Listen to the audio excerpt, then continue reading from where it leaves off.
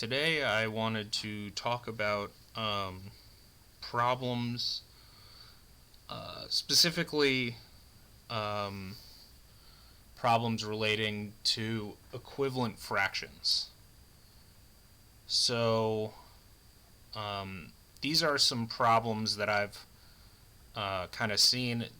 This is the basic format, but a lot of the problems I've seen are actually in word problem form. So first we are going to go over how to just do the problems, and then I'm going to show you how the word problem actually works, and how you would kind of do the math for the word problem.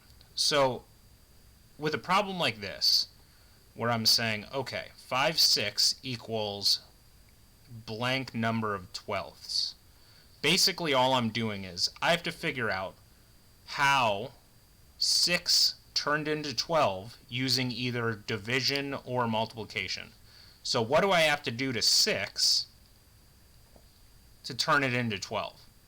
And I know that 6 times 2 equals 12. So since I have to multiply the bottom by 2, that means to find an equivalent fraction, I'm actually going to be multiplying the top by 2, because I'm multiplying by 2 over 2. And then 5 6 equals 10 twelfths, because 5 times 2 equals 10. Now we can do the same thing here. 4,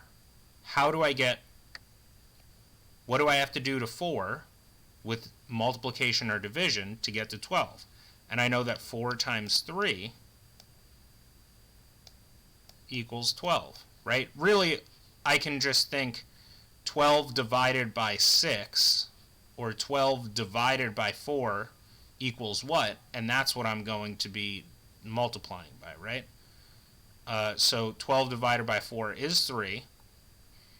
So I have to multiply the top by 3 as well, right? Because I'm doing multiplying by 3 over 3 to get an equivalent fraction, and 3 times 3 equals 9.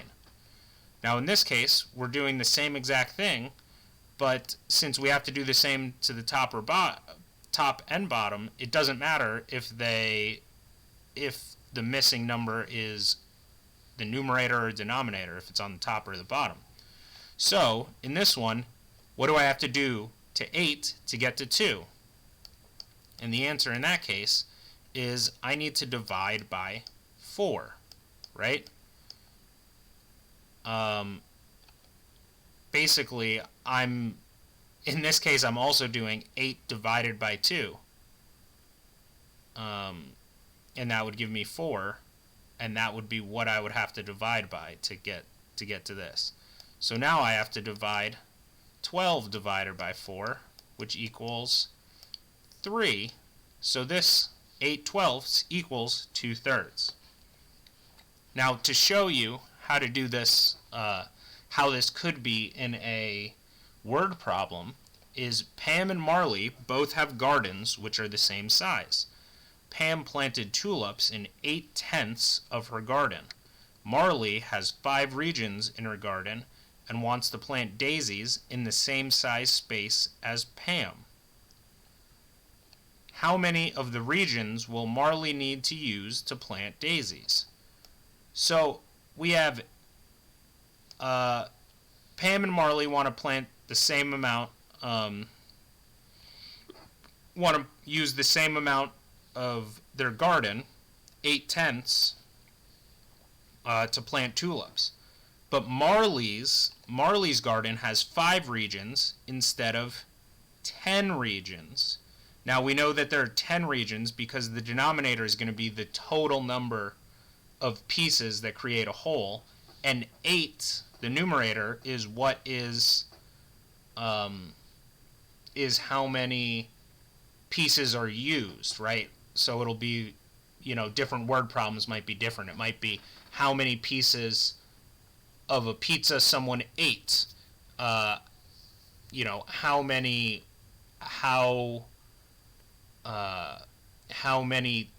tiles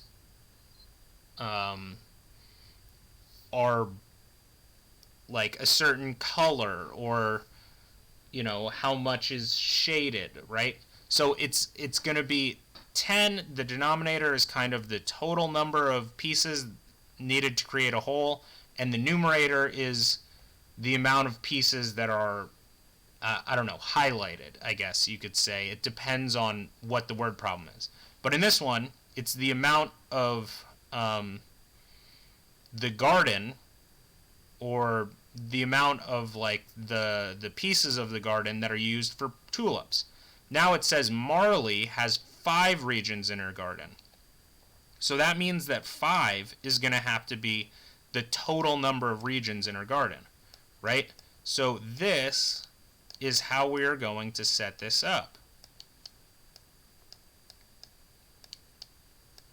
right? Because 5 is just the number of regions. So what do I have to do to 10? 10 divided by 5 equals 2. So I have to divide 10 divided by 2 to get 5, and I have to do the same up here, and then it is 4/5, but technically the question is, how many of the regions will Marley need to use to plant daisies? So the answer technically is not 4/5. She needs 4 out of 5 of those regions. So the answer technically is 4.